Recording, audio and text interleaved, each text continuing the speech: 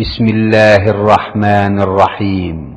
পরম করুণাময় ও অসীম দয়ালু আল্লাহর নামে শুরু। ومن أحسن قولا ممن دعا إلى الله وعمل صالحا وقال إنني من المسلمين। দিন চলে যাব আমরা সবাই, থাকবো না আমরা কেহ, শুধু মাটির নিচে পড়ে রবে দেহ, শুধু মাটির নিচে পড়ে রবে দেহ। একদিন চলে যাব আমরা সবাই, থাকবো না আমরা কেহ, শুধু মাটির নিচে পড়ে রবে দেহ, শুধু মাটির নিচে পড়ে রবে দেহ। سبحان الذي أسرى بعبده ليلا من المسجد الحرام إلى المسجد الأقصى الذي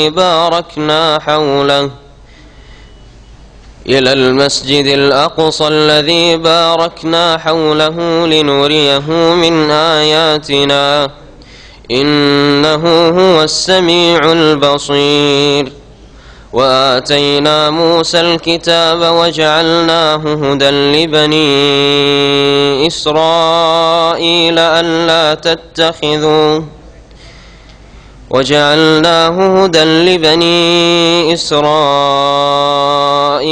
ألا تتخذوا من دوني وكيلا ذرية من حملنا مع نوح إنه كان عبدا شكورا وقضينا إلى بني إسرائيل في الكتاب لتفسدن في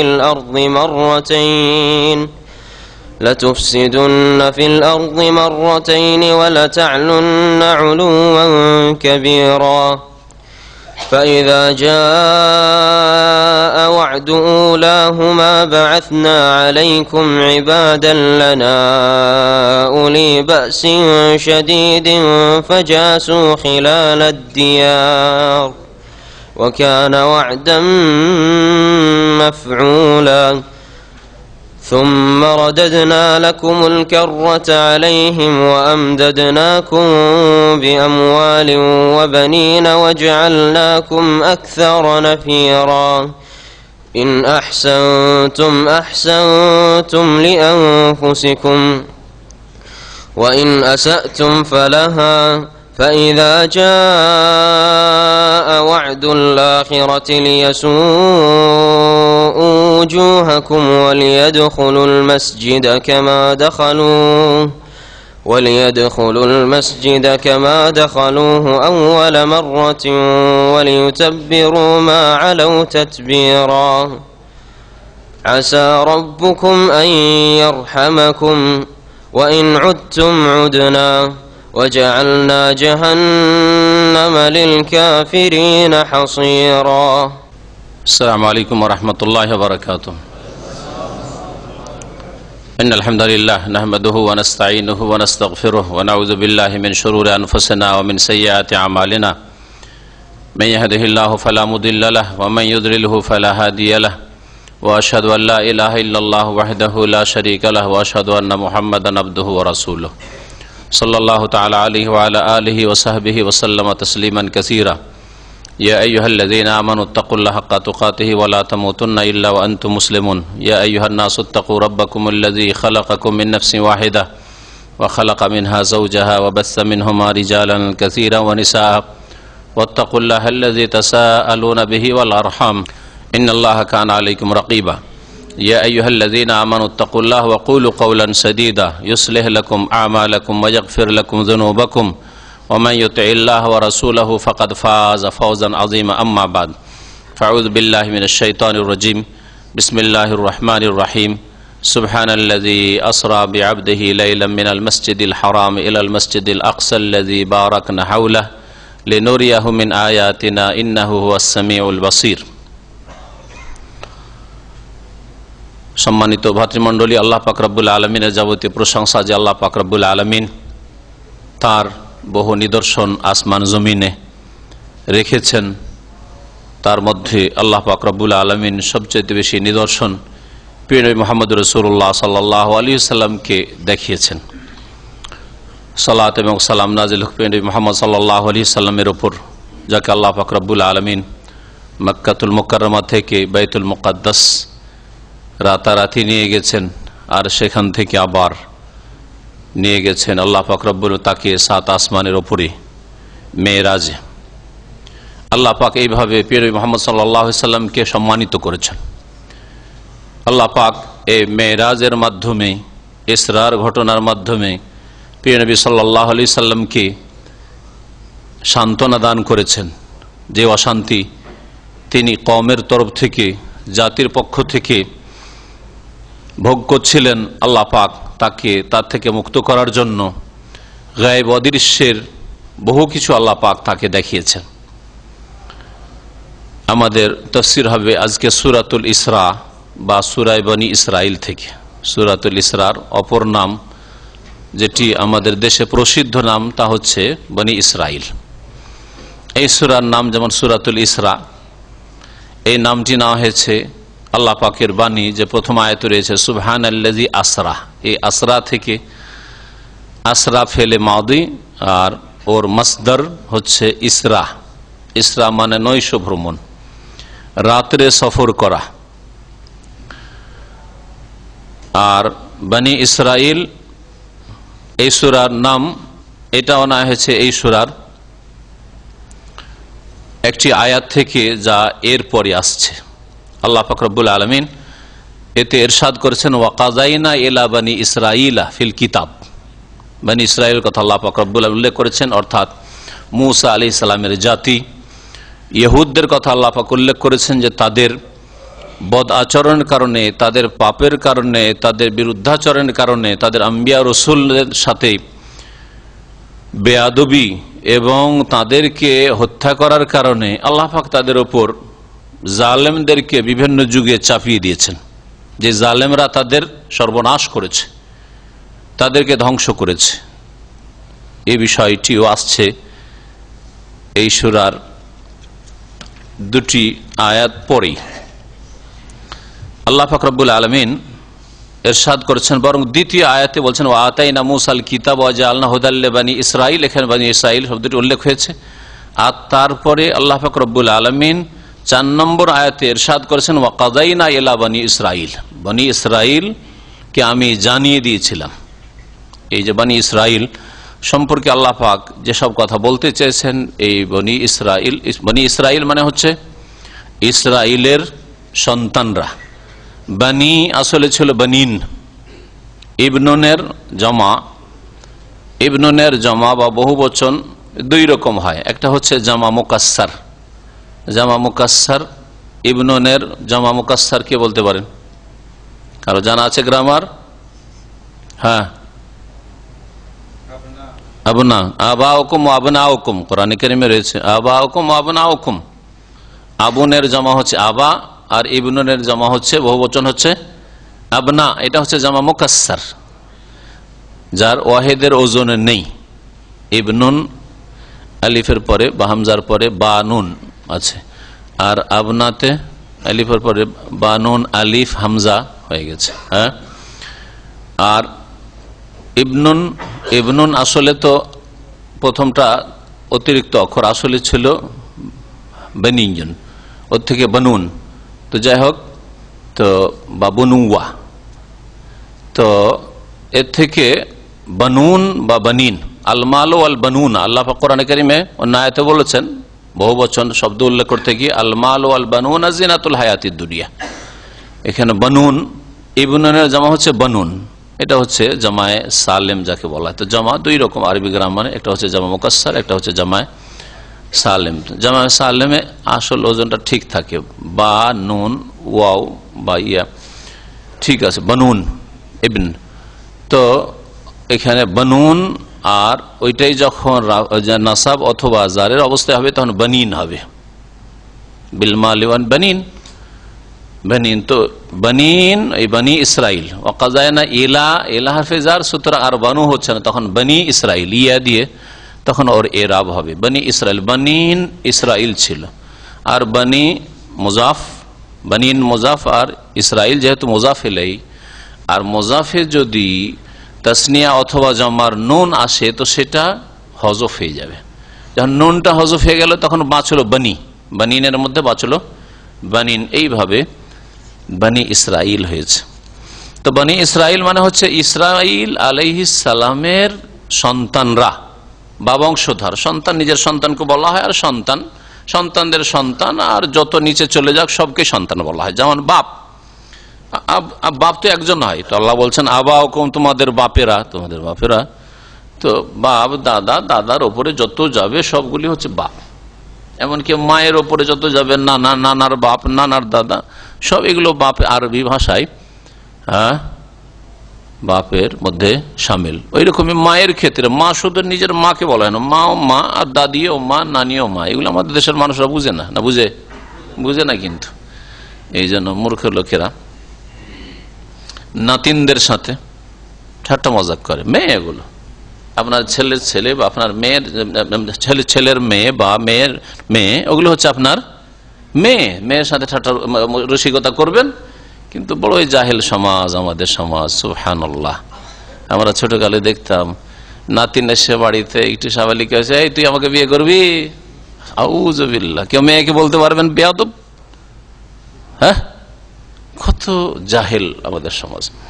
আবা বলতে ওপরে যত আছে, বাপদাদা পূর্বপুরুষ, সেই জন্য পূর্বপুরুষের অর্থে ব্যবহৃত হয়। আর ইবন আবনা বলতে ছেলে আর ছেলে মেয়ের নিচে যত আছে, ছেলের ঘরের হোক আর মেয়ের ঘরের হোক, সব আবনা, যত নিচে চলে যাক না কেন সব হচ্ছে আবনা। তো বনি ইসরাইল মানে ইসরাইল আলাইহিস সালামের বংশধর। ইসরাইল মানে কি তাহলে? ইসরাইল কে?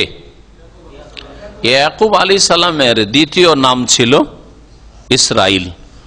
আল্লাহ পাক কোরআনে কারীমের ৪র্থ পারা একটি আয়াতে ইরশাদ করেছেন, কুল্লু তা'আমি কানা হিল্লাল লিবানি ইসরাঈলা ইল্লা মা হাররামা ইসরাঈলু আলা নাফসি। সমস্ত খাবার দাবার কানা হিল্লাল লিবানি ইসরাঈল, বনি ইসরাইলদের জন্য হালাল ছিল, বনি ইসরাইলদের জন্য হালাল ছিল। এটা নিষেধ, ওটা নিষেধ ছিল। ইল্লা মা হাররামা ইসরাঈলু আলা নাফসি, যেহেতু খাদ্য বস্তু, খাবাইস, নোংরা হয়তো হারাম ছিল কিছু, যা সেখানকার প্রচলিত খাবার ছিল সব হালাল ছিল। ইল্লা মা হাররামা ইসরাঈলু আলা নাফসি, তবে ইসরাইল আলাইহিস সালাম যা নিজের জন্য নিজেই হারাম করে নিচ্ছেন বিশেষ কারণে, কেউ কেউ বলেছেন বিশেষ একটা অসুখ ছিল, আর উটের গোস্ত খেলে সে অসুখটা বেড়ে যাবে, এই জন্য তিনি ইয়াকুব আলাইহিস সালাম নিজের উপর উটের গোস্তকে হারাম করে নিয়েছেন, যে উটের গোস্ত খাবো না। যেমন অনেকে গরুর গোস্ত খান না, কেউ খাসির গোস্ত খান না, কেউ আর কিছু খান না, হয়তো জায়েজ। ইল্লা মা হাররামা ইসরাঈল মানে ইল্লা মা হাররামা ইয়াকুব, ইয়াকুব আলাইহিস সালাম যা নিজের জন্য কি করেছিলেন? হারাম করেছেন। এই জন্য ইয়াকুব আলাইহিস সালামের বংশে যত নবী রাসূল এসেছেন আম্বিয়া বনি ইসরাইল বলা হয়েছে, বনি ইসরাইলদের নবী। ইসরাইল ইয়াকুব আলাইহিস সালামের বংশের নবী। আর ইহুদি খ্রিস্টান যারা তাদের বংশধর সবকে বলা হয়েছে বনি ইসরাইল। বনি মুসা আলাইহিস সালামের জাতি হোক অথবা ঈসা আলাইহিস সালামের জাতি হোক, জাকারিয়া, ইয়াহিয়া তাদের অনুসারীরা হোক, ইউসুফ আলাইহিস সালামের যুগের লোকেরা হোক, সব হচ্ছে এরা বনি ইসরাইল, ইয়াকুব আলাইহিস সালামের বংশধর। আর আরেকটা আরবদের প্রসিদ্ধ গোত্র ছিল ইব্রাহিম আলাইহিস সালামের আওলাদের মধ্যে, সেটা হচ্ছে বনু ইসমাইল বা বনি ইসমাইল। ইসমাইল আলাইহিস সালামের বংশধর। ইসমাইল আলাইহিস সালামের বংশধর হচ্ছেন আরবরা, বিশেষ করে কুরাইশ এবং কুরাইশের সাথে সম্পর্কীয় বংশরা, কুরাইশের সাথে আত্মীয়তায় যাদের সম্পর্ক ছিল বা আত্মীয়তার সম্পর্ক ছিল, ওই সব বংশরা। তো যতগুলি বংশের সম্পর্ক, আরব বংশের সম্পর্ক ইসমাইল আলাইহিস সালামের সাথে ছিল, অনেক বংশ, শুধু কুরাইশ নাই, অনেক বংশ ছিল, যেমন মোদার, রাবিয়া, বিভিন্ন গোত্রগুলি সম্পর্ক ছিল এই বংশের সাথে। একজন ব্যক্তি থেকে কয়েকশো বছরের মধ্যে অনেক গোত্র ছড়িয়ে যায়। তার মধ্যে সবচেয়ে শ্রেষ্ঠ বংশ ছিল কুরাইশ বংশ, আর সবচেয়ে শ্রেষ্ঠ বংশে মুহাম্মদ রাসূলুল্লাহ সাল্লাল্লাহু আলাইহি সাল্লামকে নবী করে পাঠানো হয়েছে বা আল্লাহ পাক সৃষ্টি করেছেন। নবী সাল্লাল্লাহু আলাইহি সাল্লাম হচ্ছেন বনু ইসমাইলের মধ্যকার, ইসমাইল আলাইহিস সালামের বংশের। আর যেসব নবীদের কথা একটু আগে বললাম, ইয়াহিয়া, জাকারিয়া, ইউসুফ, তারপরে মূসা, ঈসা, এরা হচ্ছেন বনি ইসরাইলদের, আইয়ুব, ইউনুস, বনি ইসরাইলদের নবী। তো বনি ইসরাইল এক যুগে যতদিন পর্যন্ত তারা মুসা আলাইহিস সালামের নিয়ে আসা দিনের ওপর ছিল, ঈসা আলাইহিস সালামের নিয়ে আসা দিনের ওপর ছিল, যেমন ঈসা আলাইহিস সালাম হাওয়ারিরা, ততদিন পর্যন্ত তারা মুমিন ছিল। কিন্তু যখন তারা দিনকে বিকৃত করলো, দিনকে রদবদল করলো, অথবা দিন থেকে দূরে সরে গেল, তখন তারা ইহুদি আর খ্রিস্টান, মুশরিক আর কাফেরে পরিণত হলো। যখন অধিকাংশ তাদের দলগুলি শিরক আর কুফরিতে লিপ্ত হইল, বা তাদের ধর্মকে বিকৃত করে ফেললো, তাহরিফ করে ফেললো, তখন আল্লাহ পাক রব্বুল আলামিন খাঁটি নির্ভেজাল একটি পূর্ণাঙ্গ দিন পাঠালেন মুহাম্মদ রাসূলুল্লাহ সাল্লাল্লাহু আলাইহি সাল্লামের মাধ্যমে। আর মুহাম্মদ রাসূলুল্লাহ সাল্লাল্লাহু আলাইহি সাল্লামের নবুয়াতের আগে আল্লাহ পাক এ বনি ইসরাইলকে সবচেয়ে বেশি ফজিলত বা শ্রেষ্ঠত্ব দান করেছিলেন। ইয়া বনি ইসরাইলা, আল্লাহ সূরা বাকারা বলছে, উযকুরু নি'মাতি আল্লাতী আন'আমতু আলাইকুম ওয়া আন্নী ফাদ্দালতুকুম আলাল আলামিন। স্মরণ করো, উযকুরু নি'মাতি, আমার সেই নিয়ামতকে, আল্লাতী আন'আমতু আলাইকুম, যা তোমাদের উপর দিয়েছি আমি, তোমাদেরকে যা দিয়ে অনুগ্রহ করেছি। হ্যাঁ, আন'আমতু আলাইকুম ওয়া ফাদ্দালতুকুম, তোমাদেরকে আমি শ্রেষ্ঠত্ব দান করেছি, ফজিলত দান করেছি, আলাল আলামিন, বিশ্ব জগতের সমস্ত মানুষের উপর।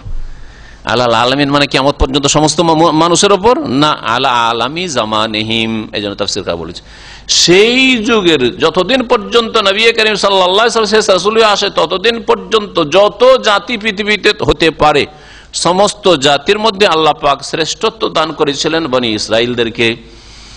আর যখন নবী করিম সাল্লাল্লাহু আলাইহি ওয়াসাল্লামকে আল্লাহ পাঠিয়ে দিলেন, তাদের অযোগ্যতার কারণে, তাদের মধ্যে যখন না দ্বীনি যোগ্যতা ছিল, ইমানি যোগ্যতা ছিল না, তারা সহি কিতাব তাওরাত ইনজিলের সাথে সম্পৃক্ত ছিল। তাওরাত ইনজিলকে তারা শুধু অর্থের বিকৃতি ঘটায়নি, তাহরিফে মানবী করেনি, বরং শব্দের বিকৃতি ঘটিয়েছে, তাহরিফে লফজিও করেছে। শব্দকে, বাক্যকে, আয়াতকে তাওরাত ইনজিলের তারা রদবদল করে দিয়েছিল।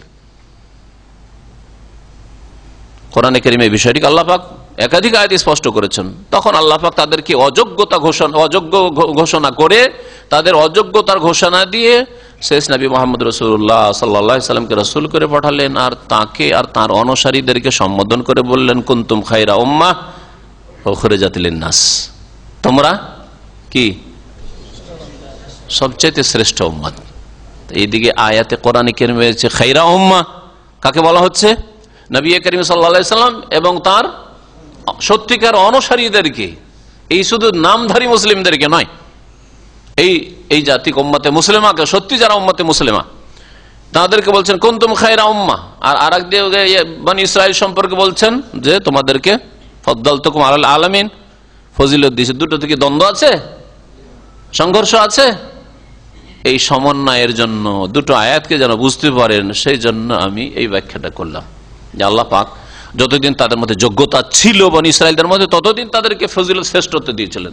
তারপরে তাদের যখন অযোগ্যতা প্রমাণ হয়ে গেছে, আর আল্লাহর দ্বীনের উপর নেই, আল্লাহর কত যে নবী রাসূলকে এরা খুন করেছে আর আল্লাহর দ্বীনকে বদলে দিয়েছে, তখন আল্লাহ পাক শেষ নবীকে পাঠিয়ে আর তার উম্মতকে ঘোষণা করে দিলেন কুনতুম খায়রা উম্মাহ। কি জন্য খায়রা উম্মাহ? উখরিজাত লিন-নাস, মানুষের কল্যাণের জন্য আনা হয়েছে। মানুষের কল্যাণ যতদিন পর্যন্ত করতে থাকবে মুসলিম জাতি, ততদিন পর্যন্ত তারা শ্রেষ্ঠ থাকবে। আর কল্যাণের দাবি হচ্ছে তা'মুরুনা বিল মারুফ, তাদেরকে ভালো কাজের উপদেশ দিবে, ভালো লোক বাড়াবে। আর যারা মন্দ লোক বাড়ায়, দেশকে ধ্বংস করে, জাতিকে ধ্বংস করে, সমাজকে ধ্বংস করে, পরিবারকে ধ্বংস করে, ছেলে মেয়েদেরকে পাপের দিকে ঠেলে দেয়, তারা কখনো খায়রা উম্মাহ না, শাররা উম্মাহ। তা'মুরুনা বিল মারুফ ওয়া তানহাউনা আনিল মুনকার, অন্যায় কাজে বাধা দেবে, অন্যায় হতে দেবে না। যার যেই রকমের ক্ষমতা রয়েছে, যার বল প্রয়োগের ক্ষমতা রয়েছে, যেমন শাসকরা, তারা বল প্রয়োগ করে অন্যায়কে নির্মূল করবে। যাদের কথা বলার ক্ষমতা রয়েছে, কথা বলে অন্যায়কে শেষ করবে সমাজ থেকে, পরিবার থেকে, দেশ থেকে। আর যাদের এটাও সম্ভব নয়, যাদের দ্বারা তারা অন্তর থেকে ঘৃণা করে পাপ থেকে, পাপী থেকে দূরে সরে যাবে, পাপ থেকে, পাপী থেকে দূরে সরে যাবে। আর পাপের উপর সন্তুষ্ট, পাপীদের উপর সন্তুষ্ট, খাতিরে কোনো পার্থক্য নেই। একজন দিনদার মুসলিম আর তৌহিদ প্রতিষ্ঠাকারী, আর একজন বেদিন মুশরিক শিরকের অবস্থায় মারা গেছে, এর জন্য রাহিমাহুল্লাহ, ওর জন্য রাহিমাহুল্লাহ। দেখছেন না আজকালকার মুসলিমদেরকে? একজন তৌহিদ প্রতিষ্ঠাকারী সুন্নতের অনুসারী মারা গেছে, তার জন্য আল্লাহ যেন রহম করেন, আল্লাহ যেন জান্নাত দেন। একজন শিরকুফরি করে মারা গেছে, শিরকুফরির অবস্থায় দুনিয়া থেকে চলে গেল, তার জন্য রাহিমাহুল্লাহ। তাহলে আপনি না বল প্রয়োগ করে অন্যায় বাধা দিলেন, না কথার দ্বারা অন্যায় বাধা দিলেন, না অন্তর থেকে ঘৃণা আছে, সবার জন্য রাহিমাহুল্লাহ। ফিরে আসি তাফসীরের দিকে। কথা বনি ইসরায়েলদের যখন চলে এসছে লম্বা হয়ে গেছে, কারণ বনি ইসরায়েলদের পাপের কাহিনী বড় লম্বা, ইহুদিদের আর নাসারাদের আল্লাহ দ্রোহিতার কাহিনী খুব লম্বা। আল্লাহ পাক রব্বুল আলামিন ইরশাদ করছেন সূরাতুল ইসরা, সূরা বনি ইসরাইলের প্রথম আয়াতে, সুবহানাল্লাযী আসরা বিআবদিহি লাইলাম মিনাল মসজিদিল হারাম ইলাল মসজিদিল আকসা। পাক পবিত্র সেই সত্তা, সেই জাত, বা পবিত্রতা ঘোষণা করছি। সুবহানা, সুবহানাতে ফাতা কেন হইল? ওসাব্বিহ সুবহানা, আসলে চলে এখানে ওসাব্বিহ, আমি পবিত্রতা ঘোষণা করছি, আমি আল্লাহ পাকের তাসবিহ করছি, সেই সত্তার তাসবিহ করছি। আল্লাযী আসরা বিআবদিহি, যিনি রাতারাতি ভ্রমণ করিয়েছেন, বিআবদিহি তার বান্দাকে, তার বান্দাকে মুহাম্মদ সাল্লাল্লাহু আলাইহি সাল্লামকে বোঝানো হয়েছে, যার উপর কোরআনে কারীম নাযিল হচ্ছে, সবচেয়ে শ্রেষ্ঠ বান্দা যিনি, তার বান্দাকে। আল্লাহ পাক রব্বুল আলামিন নবী মুহাম্মদ সাল্লাল্লাহু আলাইহি সাল্লামকে বান্দা বলে ঘোষণা করলেন। বান্দা, যিনি বান্দা দাস, তিনি মনিব হইতে পারেন না, তাই না? যিনি বান্দা আবদ, তিনি মাবুদ হইতে পারেন না। যিনি বান্দা, তার জন্য কোন রকমের ইবাদত হইতে পারেন না। সুতরাং রাসূলুল্লাহ সাল্লাল্লাহু আলাইহি সাল্লামের জন্য সেজদা নয়, রুকু নয়, ফরিয়াদ নয় যে নবীর কাছে ফরিয়াদ করবেন, নবীকে ডাকবেন, নবীর কাছে উদ্ধার কামনা করবেন, নবীর কাছে বালা মুসিবত দূর করার জন্য দরখাস্ত করবেন, নবীর কাছে আরজি পেশ করবেন, মাদাদ ইয়া রাসূলুল্লাহ, হ্যাঁ ইয়া রাসূলুল্লাহ, আপনার দরবারে এসেছি, মদিনা শরীফে এসেছি, আপনার রওজা শরীফে এসেছি, আপনি আমার ভুল ভ্রান্তি মাফ করে দেন, হ্যাঁ আমার গুনাহ কাদা মাফ করে দেন। ইয়া রাসূলুল্লাহ, আমার মেয়ে সাবালিকা হয়েছে, ভালো একটা ছেলের ব্যবস্থা করে দেন। ইয়া রাসূলুল্লাহ, হ্যাঁ আমি অসুস্থ আছি, আমাকে শেফা দান করেন। ইয়া রাসূলুল্লাহ, আপনার মসজিদের মেহমান হয়েছি, আপনি কি খাওয়াবেন খাওয়ান। নেই নাকি, বানিয়ে বলছি নাকি? না, তাদের কিতাবে আছে। এক সুফি ভণ্ড আসছে, হ্যাঁ পাগল, যারা দিন বুঝে না, দিন মানে না, পালন করে না, তৌহিদ বুঝে না, আসছে। আসার পরে বলছে নবী সাল্লাল্লাহু আলাইহি ওয়াসাল্লাম কবরের কাছে সালাম পড়ার পরে, ইয়া রাসূলুল্লাহ, আপনার মেহমান হয়েছে, আপনার মেহমান হয়েছে, সুতরাং আপনি কি খাওয়াবেন না খাওয়াবেন আপনি বুঝেন। আর তারপরে গিয়ে মসজিদে নবীতে ঘুমিয়ে গেল। আর যেমনই ঘুমিয়ে গেল, তখন এই বড় রুটি, আফগানি রুটি চলে আসলো, এই রুটি চলে আসলো। বলছে যে রুটি স্বপ্নে খেতে খেতে খেতে খেতে ঘুমের অবস্থায় অর্ধেকটা খেলাম, আর যখন জাগলাম আধি রুটি বাকি হয়, অর্ধেক রুটি হাতেই আছে। আরে স্বপ্নের রুটি, স্বপ্নে যদি কেউ রুটিও খায় আর ভাতও খায় বিবির সাথে, হ্যাঁ, আর যদি আদরও করে দেশে গিয়ে, তারপরে জেগে যাওয়ার পর বিবিকে সামনে পাচ্ছে, এরকম বিশ্বাস করবেন? কিন্তু এই ভণ্ডদের কিতাবে আছে, হ্যাঁ, যে জেগে যাওয়ার পরে অর্ধেক রুটি, স্বপ্নের রুটি, যেহেতু নবী রুটি পাঠিয়েছেন, সেজন্য সেই রুটি হাত ছাড়া হয়নি, অর্ধেক রুটি হাতে আছে, জাগ্রত অবস্থায় খেলাম। এই কিসসা থেকে আর এইরকম বহু কিসসা এদের কিতাবে রয়েছে। এই সব থেকে কি শিখছেন? শিখছেন এই যে রাসূলুল্লাহ সাল্লাল্লাহু আলাইহি ওয়াসাল্লাম দিতে পারেন, শিখছেন এই যে রাসূলুল্লাহ সাল্লাল্লাহু আলাইহি ওয়াসাল্লাম শোনেন, দুরুদটা পড়লেন, সালামটা পড়লেন, আর তারপরে যে দরখাস্ত করলেন রুটির জন্য শুনে নিলেন। আর শুধু শুনতে পারেন, শুনলেনও আর দিলেনও, পৌঁছেও দিলেন। আর এমন রুটি দিলেন যে শুধু ঘুমেই খেলো না, মানে স্বপ্নেই খেলো না, জাগ্রত অবস্থায় খাচ্ছে। সুতরাং আমরা যদি মদিনা নসিব হয় আমাদের, তো কেন চাইবো না রাসূলের কাছে? এটা শিখলো না, এই শিরকি আকীদা শিখলো না, শিরকি আমল শিখলো না। জি হ্যাঁ, আর তাদের সংখ্যাই যদি বেশি হয়, তাহলে ওমা ইউমিনু আকসারুহুম বিল্লাহ ইল্লা হুম মুশরিকুন, এরাই মেজরিটি আমাদের ভারত উপমহাদেশে, এদেরই সংখ্যা সবচেয়ে বেশি মুসলিম সমাজে। তারা আছেন কোথায়? আকীদার সংশোধন করেন, না হলে ইবাদত বন্দেগী কাজে আসবে না, এত মেহনত পরিশ্রম কাজে আসবে না। আমেলাতুন নাসিবা তাসলা নারান হামিয়া, বড় আমল করলেন, অনেক আমল করলেন, নাসিবার কঠোর পরিশ্রম করলেন, ক্লান্ত পরিশ্রান্ত হয়ে গেলেন, কিন্তু তাসলা নারান হামিয়া, প্রবেশ করবে জ্বলন্ত আগুনে, উত্তপ্ত আগুনে। আল্লাহ পাক যেন হিদায়াত দান করেন। নবী করিম সাল্লাল্লাহু আলাইহি ওয়াসাল্লাম বান্দা, এই একটি শব্দ থেকেই আল্লাহ পাক আপনার জন্য শিক্ষা রেখেছেন। হে মুসলিম, যিনি বান্দা তিনি দিতে পারেন না। কে দেন? মাবুদ দেন। আবদ দেন না মাবুদ দেন। মুহাম্মদ সাল্লাল্লাহু আলাইহি ওয়াসাল্লাম। আর মাবুদ কে? যিনি এলাহ তিনি মাবুদ। আল্লাহ এলাহুল হক, তিনি মাবুদ। মাবুদ দেন, তার কাছে চাইবেন না, আবদের কাছে চাইবেন না। কার কাছে চাইবেন? মাবুদের কাছে চাইবেন, আল্লাহ পাকের কাছে চাইবেন। আবদ আপনার রোগ ভালো করতে পারেন না, নিজের রোগ ভালো করতে তিনি সক্ষম নন, যতক্ষণ পর্যন্ত আল্লাহ পাক এলাজ চিকিৎসার ব্যবস্থা না নাযিল করেছেন। নবী সাল্লাল্লাহু আলাইহি ওয়াসাল্লামকে সেহর করা হয়নি, ইহুদিরা করে নাই। নবী 6 মাস জাদুগ্রস্ত থেকেছেন। সূরা ফালাক আর সূরা নাস নাযিল করে আল্লাহ পাক এলাজ চিকিৎসার ব্যবস্থা করেছেন। তাহলে শেফা দানকারী কে? বান্দা। আবদ না মাবুদ? মাবুদ, আবদ নয়। যদি শেফা দানকারী মুহাম্মদ সাল্লাল্লাহু আলাইহি সাল্লাম হন, তাহলে তিনি প্রথম নিজেকে শেফা দেবেন বা নিজেকে রোগমুক্ত করে রাখবেন। কখনো রোগ স্পর্শ করবে না, বালা মুসিবত স্পর্শ করবে না, ক্ষয়ক্ষতি হবে না, তারপরে অন্যদেরকে উদ্ধার করবেন। যদি নবী করিম সাল্লাল্লাহু আলাইহি সাল্লাম নিজের শেফার মালিক না হন, তাহলে জিলানী, চিশতি তারা আবার নিজের শেফার কি করে মালিক হইতে পারে? আর মুরিদানের শেফারি কি করে মালিক হইতে পারে? তাদের আগার মনস্কামনা কি করে পূরণ করতে পারে? আল্লাহ পাক যেন হেদায়েত দান করেন আমাদের জাতি। সুবহানাল্লাযী আসরা বিআবদিহি, পবিত্রতা ঘোষণা করি সেই সত্তার যিনি রাতারাতি ভ্রমণ করিয়েছেন তার বান্দা মুহাম্মদ সাল্লাল্লাহু আলাইহি সাল্লামকে। আসরা মানে রাতের ভ্রমণ, কিন্তু লাইলান অতিরিক্ত তাকিদের জন্য বলা হয়েছে। রাতের অন্ধকারে মিনাল মসজিদুল হারাম, কোথা থেকে কোথা পর্যন্ত? আল্লাহ পাক বলেছেন মসজিদে হারাম থেকে। মসজিদে হারাম কোথায়? সম্মানিত মসজিদ। মসজিদে হারাম মানে সম্মানিত মসজিদ। হ্যাঁ, যেই মসজিদের চারিদিকে বেশ কিছু দূর পর্যন্ত হারাম এলাকা ঘোষণা করা হয়েছে, যেখানে যেই সব পশুকে অন্য জায়গায় শিকার করা যায়, যেই সব পাখিকে অন্য জায়গায় শিকার করা যায়, সেগুলিও শিকার করা জায়েজ নয়।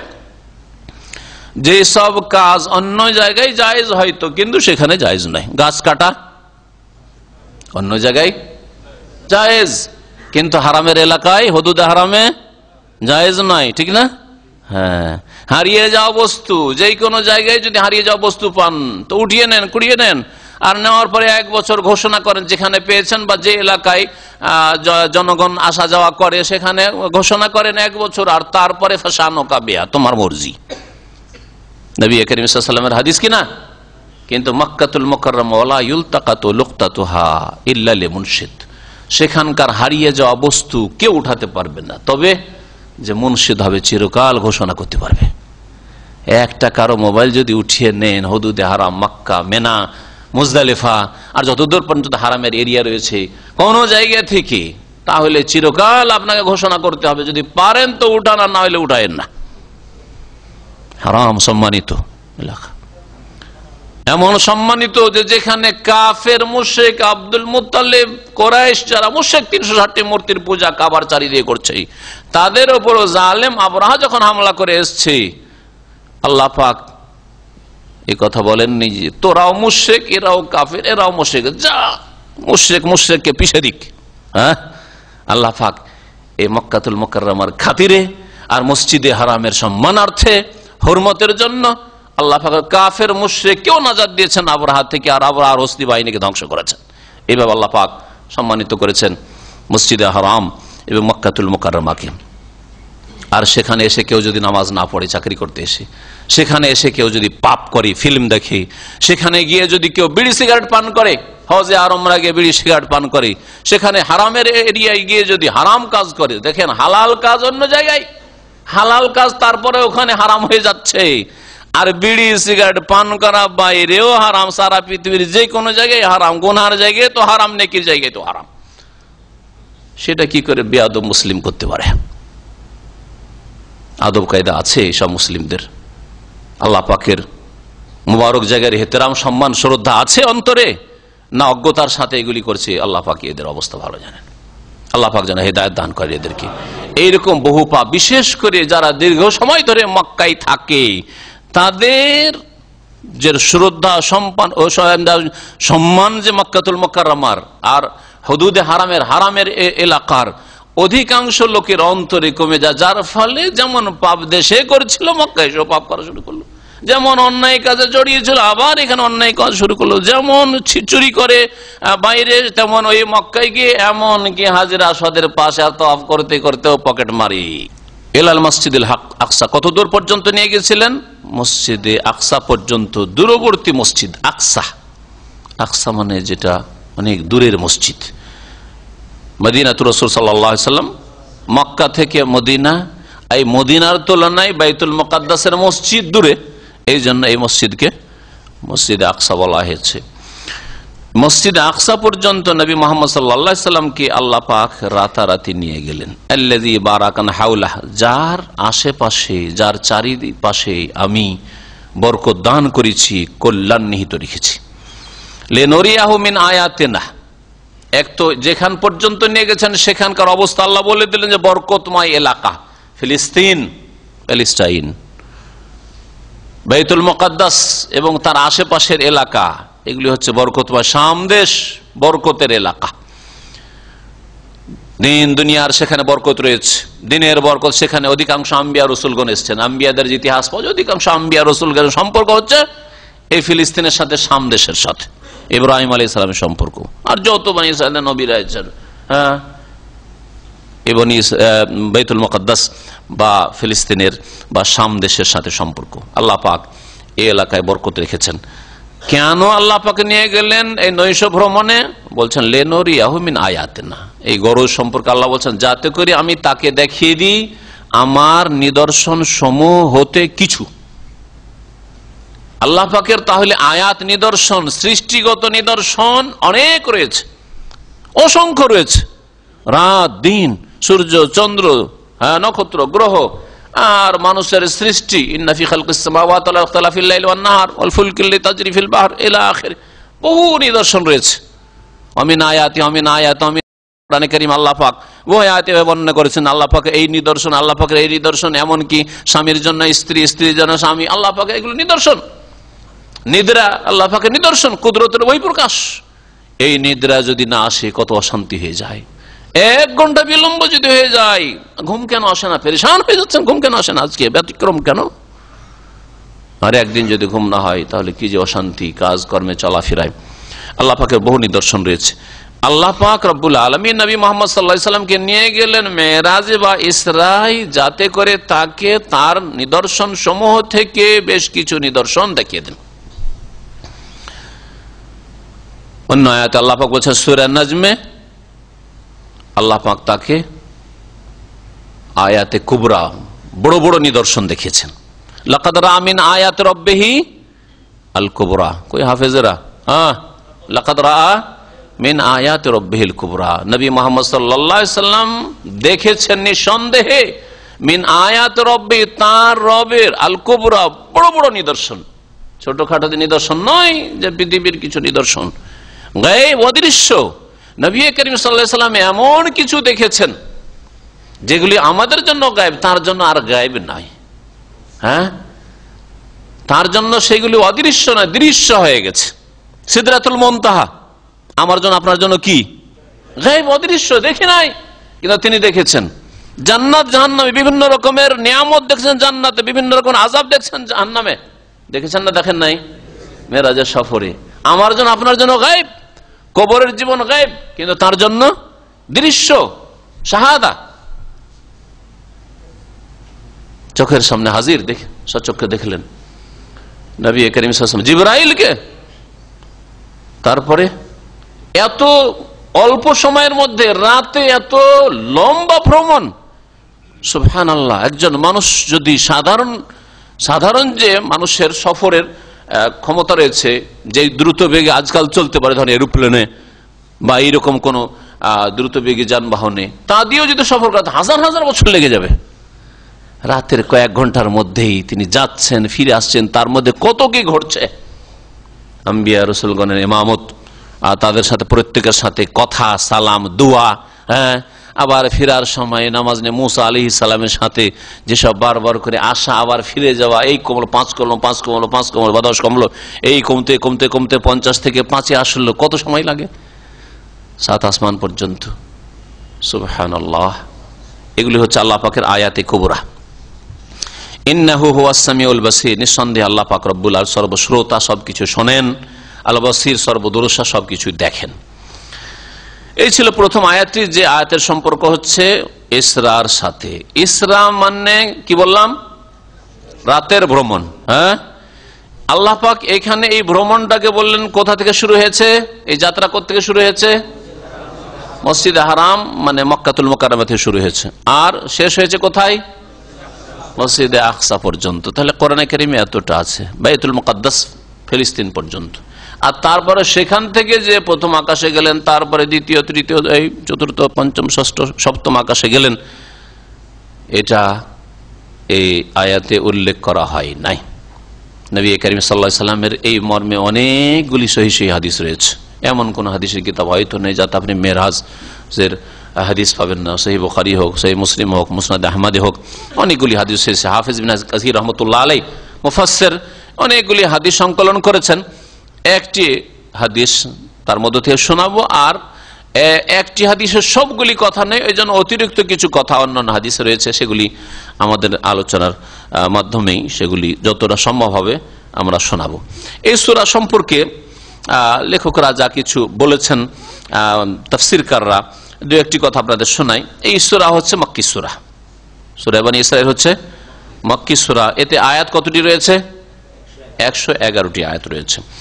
এই সূরা নবী সাল্লাল্লাহু আলাইহি সাল্লামের তাহলে মক্কি জীবনে নাযিল হয়েছে, কারণ মেরাজ কোথায় হয়েছে?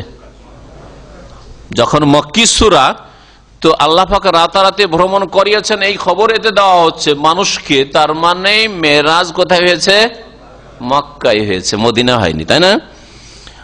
কখন হয়েছে এই নদীমত রয়েছে, 1 বছর আগে না 1.5 বছর আগে না 2, 2.5, 3 বছর আগে, এই বিভিন্ন রকমের উক্তি রয়েছে। আর সেগুলি আগে হোক আর পরে হোক তাতে তেমন কোন আমাদের পার্থক্য পড়ে না। আসল বিষয় হচ্ছে যে মেরাজ হয়েছে, ইসরা হয়েছে, এটা আমাদের ঈমানে থাকতে হবে, বিশ্বাসে থাকতে হবে।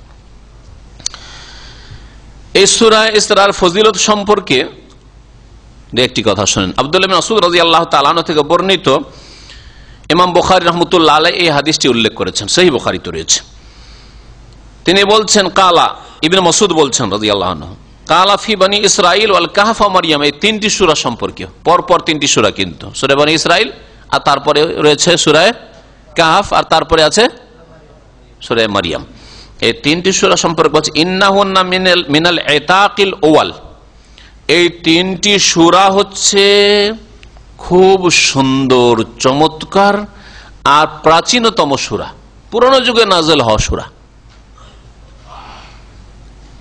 এতাক আতিকের বহু বচন, এর মানে এমন সুন্দর হয় যেটা সুন্দর হওয়ার একেবারে শেষ সীমানায় পৌঁছে গেছে, অতি সুন্দর, বড়ই চমৎকার, খুব চমৎকার চমৎকার এতে কথা রয়েছে।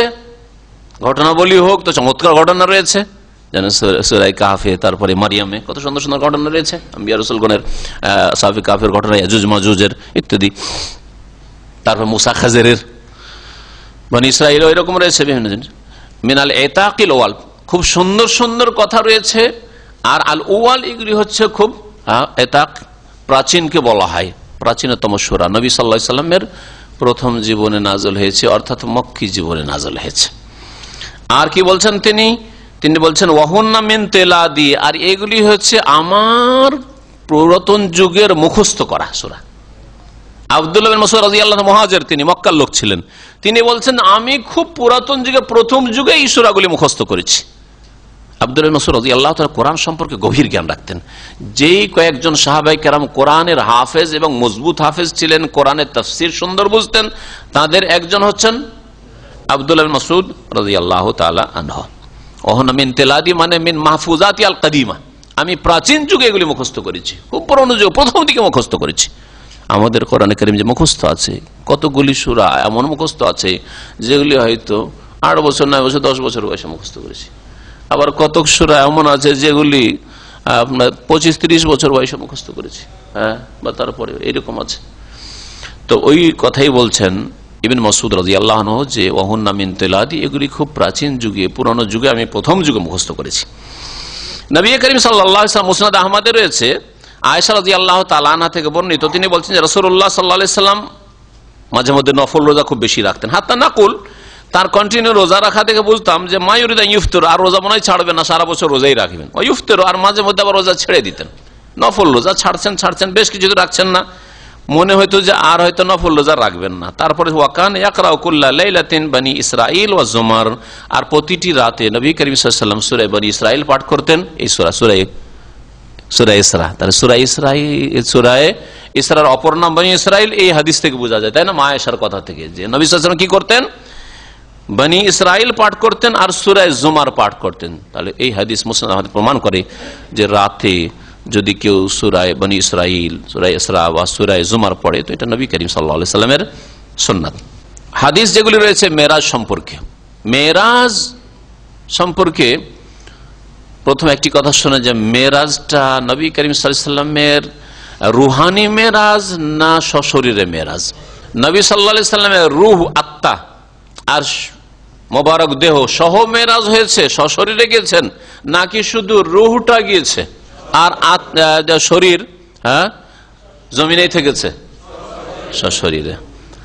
এই বিষয়ে তিনটি মত রয়েছে, তার মধ্যে যেটা আপনারা বলেন এইটাই ঠিক, এটা হচ্ছে আহলে সুন্নাত ওয়াল জামাতের অধিকাংশ উলামায়ে কেরাম, আইম্মায়ে কেরামদের মত, এইটাই ঠিক, এর বিপরীতটা ঠিক নাই। যদিও কেউ মুসলিম সমাজে অনেকে বলেছে, আগের যুগে বলেছে, এখনো অনেকে বলেছে। তার মধ্যে আমাদের দেশে একটি সিরাতুন নবীর প্রসিদ্ধ একটি লিখনী রয়েছে, বই রয়েছে মাওলানা আকরাম খাঁ সাহেবের। বইয়ের নাম বলতে পারেন কেউ? পড়েছেন জীবনে? আকরাম খাঁ সাহেবের, তিনি নিউ মুসলিম ছিলেন, মাশাআল্লাহ, নিউ মুসলিম। আর তারপর ইসলাম কবুল করার পর, আজকালকার যুগে না যে শিক্ষার চর্চা খুব বেশি, যেই যুগে শিক্ষার তেমন চর্চা ছিল না, তারপরে নিউ মুসলিম, বাঙালি নিউ মুসলিম হওয়ার পরে, বাল লেখাপড়া করার পরে বড় বড় বই লিখেছেন। তার মধ্যে কয়েকশো পৃষ্ঠার, 400-500 পৃষ্ঠার একটি সিরাতুন নবীর কিতাব রয়েছে। রাহিকুল মাখতুম লিখার পূর্বে, রাহিকুল মাখতুম সবচেয়ে ভালো কিতাব সিরাতুন নবীর আজকাল বাংলা বা উর্দু ভাষায়। আর তার আগে দুটি কিতাব খুব প্রসিদ্ধ ছিল, সহি কিতাব, যাতে ওই গাঁজাখড়ি কথা, ভণ্ডামি কথা আর ওই বাজে কথা, মিথ্যা কথা ছড়াছড়ি নাই। আর নবীর জীবনের নামে অনেক মিথ্যা কথা বিদ্যার্থীদের কাছে ছড়িয়ে আছে। একটি কিতাবের নাম হচ্ছে বিশ্বনবী, আর একটি হচ্ছে মোস্তফা চরিত। বিশ্বনবী আর মোস্তফা চরিত। তো এই মাওলানা আকরাম খাঁ সাহেব তার কিতাবে দাবি করেছেন যে নবী সাল্লাল্লাহু আলাইহি ওয়াসাল্লামের মেরাজ রুহানি মেরাজ, মানে শুধু আত্মা তার গিয়েছে, সশরীরে মেরাজ হয়নি। এটি তার ভুল হয়েছে, আল্লাহ যেন তাকে মাফ করে দেন। যদিও তার বেশ কিছু খেদমত রয়েছে, কিন্তু যে কোনো মানুষের খেদমত থাকলে ভুল হলে সব সময় আমাকে মেনে নিতে হবে, আপনাকে মেনে নিতে হবে। যে কোনো মানুষের ভুল হতে পারে, একমাত্র মুহাম্মদ রাসূলুল্লাহ সাল্লাল্লাহু আলাইহি ওয়াসাল্লাম ছাড়া। বলছিলাম যে মেরাজ, একদল বলছেন যে মেরাজ কি হয়েছে, শরীর এবং রূহ দুটো মিলিয়েই হয়েছে, সশরীরে মেরাজ হয়েছে, বেরূহিহি ওয়া জাসাদিহি সাল্লাল্লাহু আলাইহি ওয়াসাল্লাম। এটা হচ্ছে সহিহ মত, সঠিক মত। আর একটি মত হচ্ছে যে মেরাজ হয়েছে রুহানি, শুধু রূহ আল্লাহ পাকের কাছে গিয়েছে, নবী সাল্লাল্লাহু আলাইহি ওয়াসাল্লামের মোবারক শরীর আল্লাহ পাকের সাত আসমানের উপর যায়নি, রুহানি মেরাজ। আর একটি মত হচ্ছে এর মাঝামাঝি, তা হচ্ছে যে মক্কাতুল মুকাররমা থেকে বাইতুল মুকাদ্দাস পর্যন্ত সশরীরে মেরাজ হয়েছে বা ইসরা হয়েছে, ভ্রমণ হয়েছে, যাত্রা হয়েছে। আর বাইতুল মুকাদ্দাস থেকে সাত আসমান পর্যন্ত না, দেহ সহ হয়নি, নবী সাল্লাল্লাহু আলাইহি ওয়াসাল্লাম মোবারক দেহ যায়নি, শুধু রুহানি সফর হয়েছে, রুহের আত্মার সফর হয়েছে। তাদের যুক্তি যে আল্লাহ আয়াতে সূরা ইসরার প্রথম আয়াতে বলছেন মিনাল মসজিদুল হারাম ইলাল মসজিদুল আকসা, মসজিদে হারাম থেকে মসজিদে আকসা পর্যন্ত। আমরা এটা মানে মসজিদে হারাম থেকে মসজিদে আকসা পর্যন্ত তার বান্দাকে আল্লাহ নিয়ে গেছেন, এটা হচ্ছে সশরীরে, শরীর সহ আর রূহ সহ। হ্যাঁ, আর তার উপরে যাওয়াটা হাদিসে, ওইটা আমরা মানি, কিন্তু ওইটা হচ্ছে রুহানি সফর, শুধু নবী সাল্লাল্লাহু আলাইহি ওয়াসাল্লাম আত্মা গিয়েছেন, নবী সাল্লাল্লাহু আলাইহি ওয়াসাল্লামের মোবারক দেহ যায়নি। এটা হচ্ছে তাদের যুক্তি, কিন্তু এটি ঠিক না। বহু হাদিসের তাহলে অস্বীকার করতে হয়, অথবা বিকৃতি ঘটাইতে অর্থের, অথবা ছাড়তে হয়। সেজন্য বাকি অংশটুকু বাইতুল মুকাদ্দাস থেকে 7 আসমানের সফর নবী করিম সাল্লাল্লাহু আলাইহি ওয়াসাল্লামের যে হয়েছে বহু হাদিস দ্বারা প্রমাণিত। আর কোরআনে কারীমের কথা যেমন বিশ্বাস করতে হবে, তেমনি রাসূলুল্লাহ সাল্লাল্লাহু আলাইহি ওয়াসাল্লামের সহিহ হাদিসের কথা বিশ্বাস করতে হবে। এই মর্মে একটি হাদিস শোনাই, আনাস বিন মালিক রাদিয়াল্লাহু তাআলা আনহু থেকে বর্ণিত। মেরাজের অধিকাংশ হাদিসগুলি আনাস বিন মালিক থেকে বর্ণিত, তবে এছাড়া আবু হুরায়রা রাদিয়াল্লাহু তাআলা আনহু থেকে বর্ণিত হাদিস রয়েছে, আবু যর রাদিয়াল্লাহু তাআলা আনহু থেকে বর্ণিত রয়েছে, আব্দুল্লাহ বিন আব্বাস রাদিয়াল্লাহু তাআলা আনহুমা থেকে হাদিস বর্ণিত রয়েছে, জাবের বিন আব্দুল্লাহ থেকে বর্ণিত রয়েছে। এই কয়েকজন সাহাবায়ে কেরাম মেরাজের হাদিসগুলি বর্ণনা করেছেন। তার মধ্যে সবচেয়ে বিস্তারিত হাদিস হচ্ছে আনাস বিন মালিক রাদিয়াল্লাহু তাআলা আনহু থেকে বর্ণিত, সহিহ বুখারীতে রয়েছে, সহিহ মুসলিমে রয়েছে, মুসনাদ আহমদে রয়েছে। রাসূলুল্লাহ সাল্লাল্লাহু আলাইহি ওয়াসাল্লাম সম্পর্কে তিনি বলছেন যে আন্না রাসূলুল্লাহ সাল্লাল্লাহু আলাইহি ওয়াসাল্লাম কালা, নবী সাল্লাল্লাহু বললেন। তাই নবী সাল্লাল্লাহু আলাইহি সাল্লামের কাছে আনাস বিন মালিক শুনেছেন। আর আনাস বিন মালিক রাসূলুল্লাহ সাল্লাল্লাহু আলাইহি সাল্লামের খাস খাদেম ছিলেন 10 বছরের। মদিনায় হিজরত করে পৌঁছলেই আনাসের মা, আনাসের বাপ ছিল না, অন্য ঘরে বিয়ে হয়ে গেল আনাসের মায়ের উম্মে সুলাইমের। বাবলে অন্য স্বামীর ঘরে চলে এলাম, ছেলেটা ওখানে কিভাবে মানুষ হয় না হয়, সবচেয়ে ভালো ছেলেটাকে নবী সাল্লাল্লাহু আলাইহি সাল্লামের খেদমতে দান করে দিই, খেদমত করবে, দিন শিখবে, ভালো আলেম হবে। এইভাবে এই এতিম ছেলেকে নবী সাল্লাল্লাহু আলাইহি সাল্লাম খেদমতে দিয়েছিলেন উম্মে সুলাইম, যে ইয়া রাসূলুল্লাহ, এই ছেলেটাকে আপনি কবুল করুন, আপনার কাছে থাকবে সব সময়। আনাস বিন মালিক রাদিয়াল্লাহু তাআলা আনহু রাসূলুল্লাহ সাল্লাল্লাহু আলাইহি ওয়াসাল্লাম বলছেন যে নবী সাল্লাল্লাহু আলাইহি ওয়াসাল্লাম বলেন, উতিত বিল বুরাক, আমার কাছে বোরাক নিয়ে আসা হলো। বোরাক শব্দটি বার্ক থেকে এর উৎপত্তি। বার্ক মানে কি? বিদ্যুৎ। ইয়াকাদুল বারকু ইয়াখতাফু আবসারহুম, ইয়াকাদু সানা বারকিহি ইয়াযহাবু বিল আবসার। বার্ক মানে হচ্ছে বিদ্যুৎ। এই বিদ্যুৎ যে চমকায় কত গতিতে, কত গতিতে, চিন্তা করুন। আর তারপরে মানুষের তৈরি করা যে কারেন্ট বিদ্যুৎ, এটা কত দ্রুত পৌঁছে, চিন্তা করুন তো। যারা সায়েন্স জানেন তারা বলতে পারবেন, আমি ওইটা অত জানি না। বলেন আপনারা, কেউ বলতে পারেন যে একটা সুইচ অন করলে, ধরেন এখানে অন করছেন, 10 কিলোমিটার দূরে আপনাকে ওই লাইটে বা এতে আপনাকে পৌঁছায়, ফ্যানে পৌঁছাতে কতক্ষণ লাগবে? কারো জানা আছে? আরে দিন না বুঝলে দুনিয়া তো কিছু বুঝতে হবে আপনাদেরকে। সায়েন্স পড়ে আপনারা যদি এটাই না বলতে পারেন যে কত দ্রুত বেগে কারেন্ট বিদ্যুৎ এক জায়গা থেকে আরেক জায়গায় যায়, যেমন সুইচটির সাথে সাথে বাল্বটা জ্বলে গেল, কতক্ষণ? যেগুলো বাতি সেগুলোতে হয়তো লেট হচ্ছে, কিন্তু একটা বাল্বে দেখেন সাথে সাথে জ্বলে উঠছে, তাহলে সেকেন্ড মনে হচ্ছে লাগছে না, তাই না? এতে আপনি চিন্তা করুন তো। এই বার্ক থেকে আর বিদ্যুৎ যে চমকায়, সুবহানাল্লাহ, মেঘে বিদ্যুৎ চমকাচ্ছে, চমকাবার সাথে সাথে আপনার চোখে এসে লাগছে, চমকটা লাগছে না? আর আওয়াজটা, মেঘের যে আওয়াজ, গর্জনটা একটু পরে আসছে, এটা অনেকে খেয়াল করে না, কিন্তু যারা সায়েন্স পড়েছে তারা জানে। চমকিল তো, চমকার সাথে সাথে, তাহলে এর দ্বারা বোঝা যায় যে আওয়াজ যে পৌঁছে এক জায়গা থেকে, আমি যেখান থেকে বলছি আর আপনাদের কানে আওয়াজ পৌঁছে যেতে কিন্তু সময় লাগে। তো ওই যে মেঘের আওয়াজ, গর্জনের আওয়াজটা পৌঁছেছে লেটে, অথচ তার সাথে সাথে বিদ্যুৎ চমকেছে, বিদ্যুৎ চমকের সাথে সাথে আপনার চোখে এসে লাইট মারলো, চমকটা লাগলো, কিন্তু আওয়াজটা কানে অনেক পরে পৌঁছেছে, 10 সেকেন্ড, 20 সেকেন্ড, 30 সেকেন্ড বা তারও পরে পৌঁছেছে, তাই না? জি হ্যাঁ।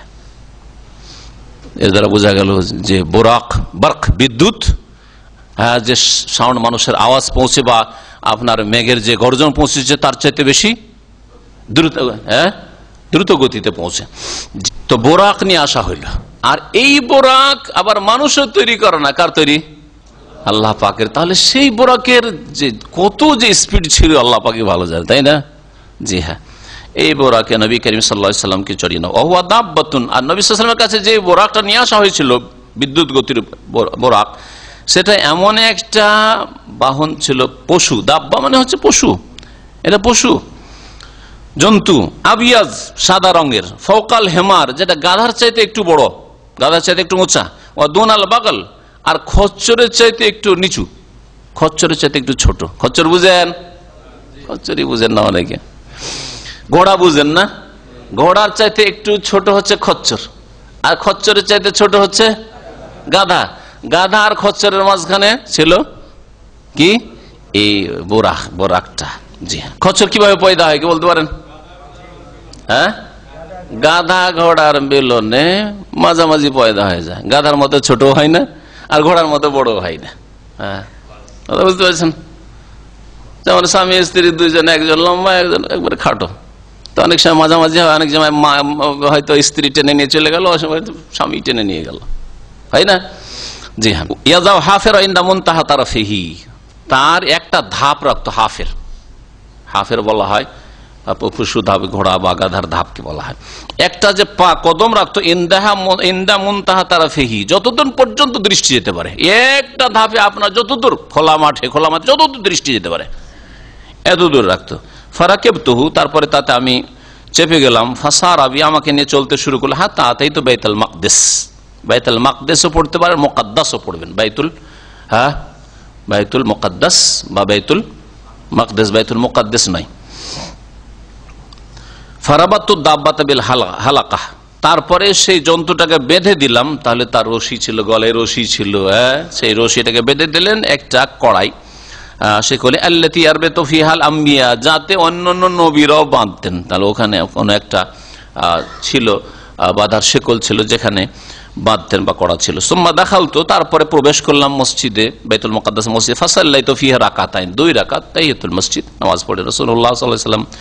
এর দ্বারা বোঝা গেল যে কোনো মসজিদে যদি ঢুকেন আর বিশেষ করে বসতে যদি চান, তাহলে 2 রাকাত নামাজ পড়ে বসবেন, যে কোনো সময় হোক না কেন, যে কোনো সময় হোক না কেন। এমন করবেন না যেমন আমাদের দেশে গোড়া মুকাল্লিদরা করে, এই ফজর পরে নামাজ পড়া যাবে না, তুই আসর পরে নামাজ পড়া যাবে না। হ্যাঁ, নফল পড়া যাবে, সাধারণ নফল পড়া যাবে না, কিন্তু তাহিয়াতুল মসজিদ ইযা দাখালা আহাদুকুল মসজিদা ফালা ইয়াজলিসু হাত্তা ইউসাল্লি রাকাতাইন, যখন তোমাদের কেউ মসজিদে প্রবেশ করবে অতক্ষণ পর্যন্ত বসবে না, ফালা ইয়াজলিস, বসবে না, হাত্তা ইউসাল্লি রাকাতাইন, যতক্ষণ পর্যন্ত 2 রাকাত সালাত আদায় না করে নেবে।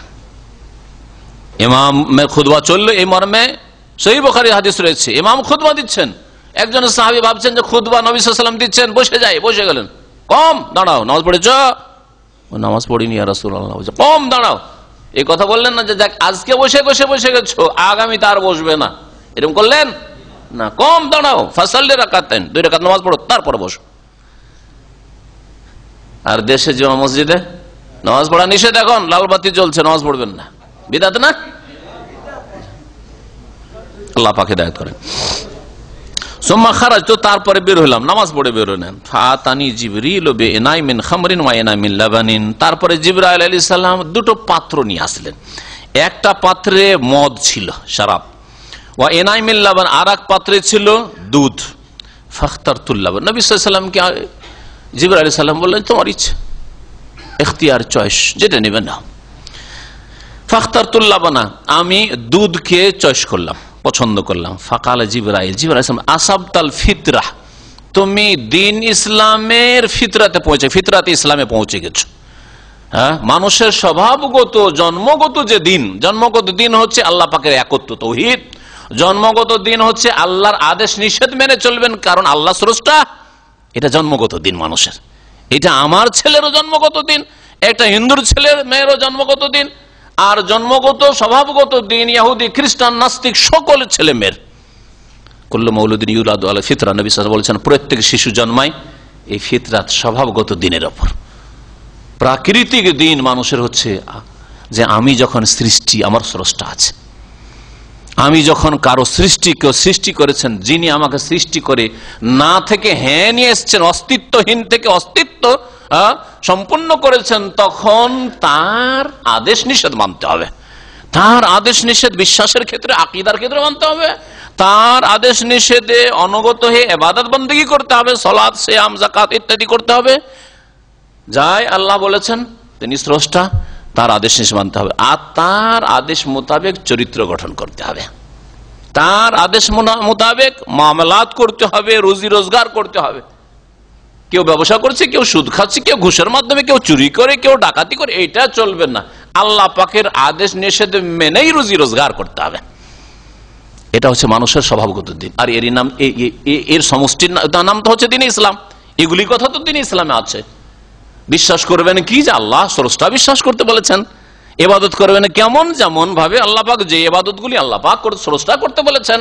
চরিত্র গঠন কেমন করে করবেন, খাবেন কি, কোনটা খাবেন না, যিনি স্রষ্টা, আমাকে আপনাকে সৃষ্টি করেছেন, যিনি যেটা খেতে বলেছেন খাবেন, আর যেটা বলেছেন বর্জন করো বর্জন করবেন। এটাই তো পুরো দিনে ইসলাম, এটা হচ্ছে কামেল দিন, পূর্ণাঙ্গ জীবন বিধান। আলিয়াম আকমালতু লাকুম দীনাকুম, একে আল্লাহ পাক রব্বুল আলামিন পূর্ণতা দান করেছেন জীবনের প্রতিটি ক্ষেত্রে। যে নবী করিম সাল্লাল্লাহু আলাইহি সাল্লাম যখন দুধটা পান করলেন, বললেন জিবরাইল আলাইহিস সালাম যে আসাবতাল ফিতরা, তুমি তোমার স্বভাবগত জন্মগত প্রাকৃতিক দিনে পৌঁছে গেছো, প্রাকৃতিক পথ পেয়ে গেছো, আল্লাহ যেই পথের উপর তোমাকে সৃষ্টি করেছেন। এখানে এতটুকু আছে, কিন্তু আরেক হাদিসে যেহেতু অতিরিক্ত আছে যেটা জানা জরুরি, সেটা হচ্ছে জিবরাইল আলাইহিস সালাম বললেন যে শোনো মুহাম্মদ সাল্লাল্লাহু আলাইহি ওয়াসাল্লাম, লাউ ইখতারতাল খামরা, তুমি যদি শরাব পান করে নিতে আজকে, লাগাওয়াত উম্মাতুকা, তাহলে তোমার জাতি তোমার উম্মত সমস্ত গুমরাহ হয়ে যেত। কারণ তুমি ভুল করলে, যে ভুলের কারণে সব ভুল করতো। তাহলে বোঝা গেল যে নেতা মাতা ভুল করলে সবার ভুল হয়ে যায়, তাই না? এই জন্য এই শিক্ষা ইসলামে দেওয়া হয়েছে, এই শিক্ষা ইসলামে দেওয়া হয়েছে। ইমাম ভুল করলো, পয়লা তাশাহুদ পড়লো না, অথবা কোনখানে বাড়িয়ে দিল কমিয়ে দিল, আমি কি ভুল করলাম? তারপরে আমাকে সহসিজদা করতে হবে মুক্তাদি হিসাবে, তাই না? সকল মুসল্লি কি ভুল করলো তাদের সবাইকে সহসিজদা করতে হবে। জি হ্যাঁ, বাড়ির মালিক যদি খারাপ হয়ে যায়, জি হ্যাঁ, বাপ হোক আর মা হোক, দেশের মালিক যদি খারাপ হয়ে যায়, সমাজ গ্রামের মালিক যদি খারাপ হয়ে যায়, এলাকার অঞ্চলের মালিক নেতারা যদি খারাপ হয়ে যায়, তাহলে জাতি খারাপ হয়ে যাবে। নবী করিম সাল্লাল্লাহু আলাইহি ওয়াসাল্লাম যদি মদটা নিয়ে নিতেন তাহলে উম্মত গুমরাহ হয়ে যেত, এই কথা বলেন জিবরাইল আলাইহিস সালাম। সুম্মা উরিজাবি ইলা সামাই দুনিয়া, তারপর আমাকে আসমানি দুনিয়াতে নিয়ে যাওয়া হলো, মানে প্রথম আকাশে, নিকটবর্তী। দুনিয়া মানে দুনিয়ার কাছাকাছি আকাশ বলতে পারেন, আর দুনিয়া মানে নিকটবর্তী, দনুগুন মানে কাছে হওয়া, নিকটবর্তী আকাশ মানে প্রথম আকাশ। ফাস্তাফতাহ জিবরিল, জিবরাইল আলাইহিস সালাম খুলতে বললেন, ফাকিল আলাহু, তখন তাকে বলা হলো, খুলতে বললেন, তার মানে আকাশ আছে, তাই না? আকাশ আছে। বৈজ্ঞানিকদের এই ভ্রান্ত কথা, ভ্রান্ত যে না না কোন দূরের জিনিস দেখলে ধোঁয়া ধোঁয়া লাগে, আর সেটা গভীর হয়ে গেলে সেটা কালো লাগে বা নীল লাগে, আকাশ বলে কিছু নাই, সব খোলা। হ্যাঁ, মিথ্যা কথা। জি, আকাশ আছে। তারপরে শুধু আকাশই নাই, বরং আকাশের কি আছে? দরজা সমূহ আছে, দরজা আছে, বোঝা গেল। ফাকিলা, জিজ্ঞাসা করা হলো, মান আনতা, আর আকাশের দরজার উপর পাহারাদারও নিযুক্ত রয়েছে, এটাও বোঝা গেল। কে আপনি? কালা জিবরিল, আমি হচ্ছে জিবরাইল। এতে কি আদব শিখানো হয়েছে? আপনাকে যদি আপনার স্ত্রী জিজ্ঞেস করে কে, হ্যাঁ আরে খোলো, আমি বাড়ির মালিক স্বামী, আর কে বলবেন নাকি? বেয়াদব। জিবরাইল আলাইহিস সালাম সমস্ত ফেরেশতাদের নেতা, তাই না? আর যে ফেরেশতা পাহারাদার, ও তো গেটম্যান ফেরেশতা। জিবরাইল আলাইহিস সালাম তার চেয়ে কত শ্রেষ্ঠ ফেরেশতা। তারপরে কে এই কথা বলছে, খোলো আমি জিবরাইল। হ্যাঁ, যেমন আজকালকার যারা বড় বড় কমান্ডার, যারা ক্যাপ্টেন, তাদের মন মেজাজ, হ্যাঁ, আর্মি মেজাজ, মিলিটারি মেজাজ থাকে, তাই না? আরে আমার তুমি কার্ড চেক করতে চাইবে, কে বলবে? চোখ গরম করবো, চোখে একটু পলক মারে না। যখন বড় অফিসাররা বা মন্ত্রী মিনিস্টার রাস্তা দিয়ে যাচ্ছে অথবা নিজের অফিসে যাচ্ছে, ডানে বামে কাউকে দেখবে না, তাই না? কি প্রমাণ করে? গৌরব, অহংকার প্রমাণ করে। তো আপনি, আমাদের মধ্যে এই রোগগুলি আছে। আমরা বাড়িতে ঢুকি, যদি স্ত্রী জিজ্ঞেস করে না কে, যদি ছেলেরা জিজ্ঞেস করে, ছেলে মেয়ে জিজ্ঞেস করে কে, হ্যাঁ খোলো, না না কখনো খোলো করবেন না, আপনি ভুল করছেন, ভুল শিখাচ্ছেন। তাহলে আপনি কি বলবেন? আপনার নাম বলেন। যদি বলেন আমি, অথবা বলে তোমার বাপ, হ্যাঁ বলতে পারেন। ছেলে খুলছে বা মেয়ে খুলছে, বলছে আমি তোমার বাপ, না তোমার বাপ বলবেন না, জিন শয়তান এসে তোমার বাপ বলতে পারে। হ্যাঁ, কখনো এরকম করবেন না। এই ভুলগুলি করার কারণে জিন শয়তানের উপদ্রব চলে বাড়ির ওপর আর বাড়ির সদস্যদের ওপর। কখনো এরকম কাজ করবেন না। জাহালত, এগুলি অজ্ঞতা মুসলিম সমাজের। মেজাজ গরমও করবেন না। তারপরে এই কথা বলবেন না যে আমি তোমার বাপ বলছি অথবা আমি তোমার স্বামী বলছি, না, কি বলবেন? আমি অমুক বলছি, হ্যাঁ অমুক বলছি, ফলান অমুক, নাম বলবেন। অমুক মানে শুধু অমুক শব্দ বলতে বলছি না, নামটা, আপনার নামটা বলবেন। জি হ্যাঁ, আব্দুল্লাহ, আব্দুর রহমান বলছি, এরকম বল। তাহলে শয়তান সুযোগ পাবে না, আপনার বাড়িতে প্রবেশ করার সুযোগ পাবে না। আমি তো একটা চোর এসে বলতে পারে, ডাকাত বলতে পারে, দুনিয়ার দিক থেকে ক্ষতি আছে, আরে কেউ আপনার বাড়িতে নক করেছে, চোর বা ডাকাত খুন করতে আসছে, আর যাই কে বলছে আমি, আর গলাটা আপনার আওয়াজটা আপনার বাপের মতো লাগলো, দিলেন খুলে, বা আপনার স্বামীর মতো লাগলো, খুলে দিন, হইতে পারে না? হতে পারে এরকম।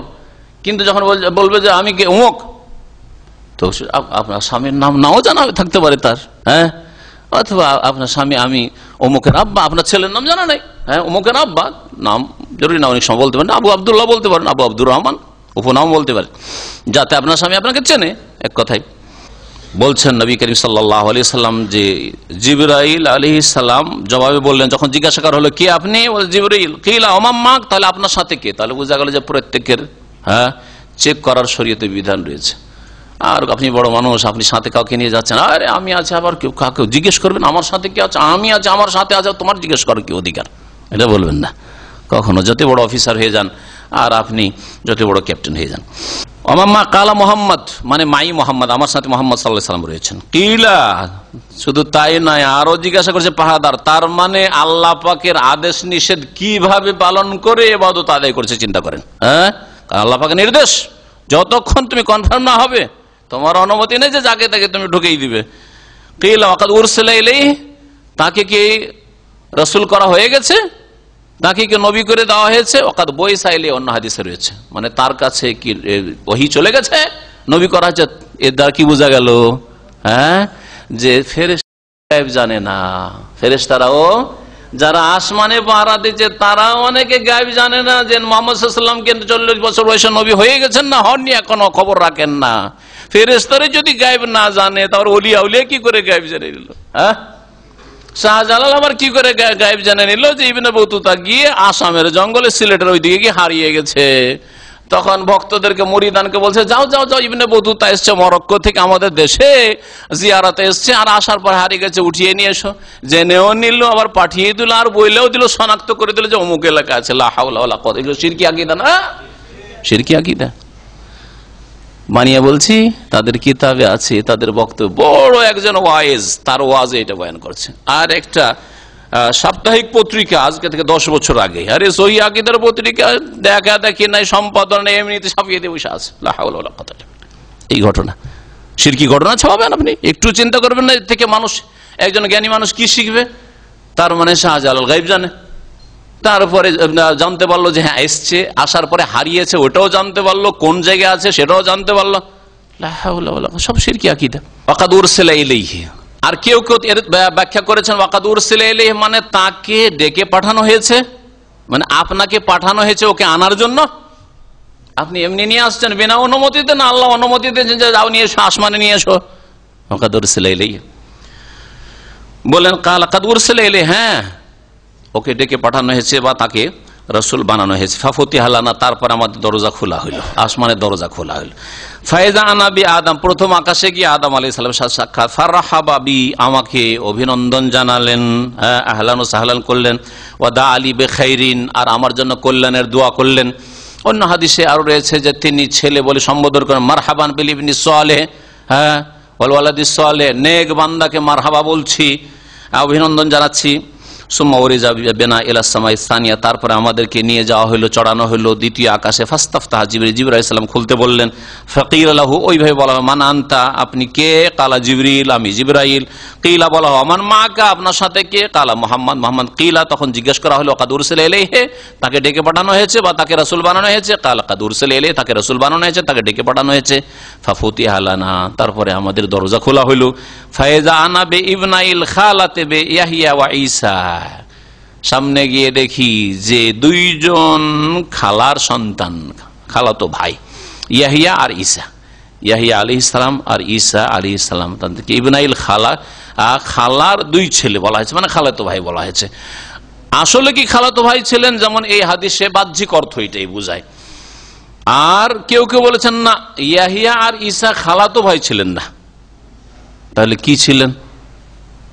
জাকারিয়া আলাইহিস সালাম মারিয়াম আলাইহাস সালামের কে ছিলেন? প্রসিদ্ধ কথা যেটা, হ্যাঁ বলেন কেউ, খালু। তো মারিয়াম মের খালুকে জাকারিয়া, আর জাকারিয়া আলাইহিস সালামের ছেলেকে ইয়াহিয়া।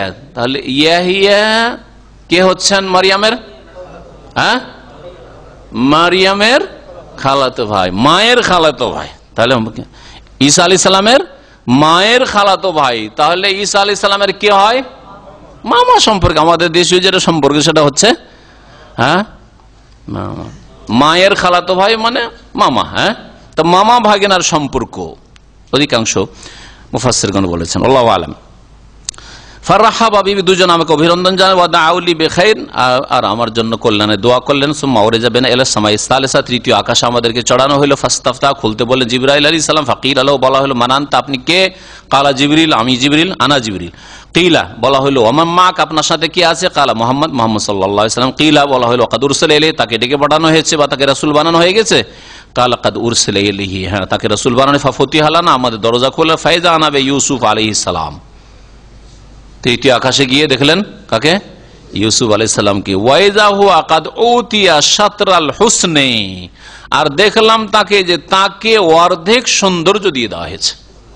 সারা পৃথিবীতে সৌন্দর্য ভাগ করে তাকে অর্ধেক সৌন্দর্য দিয়ে দেওয়া হয়েছে।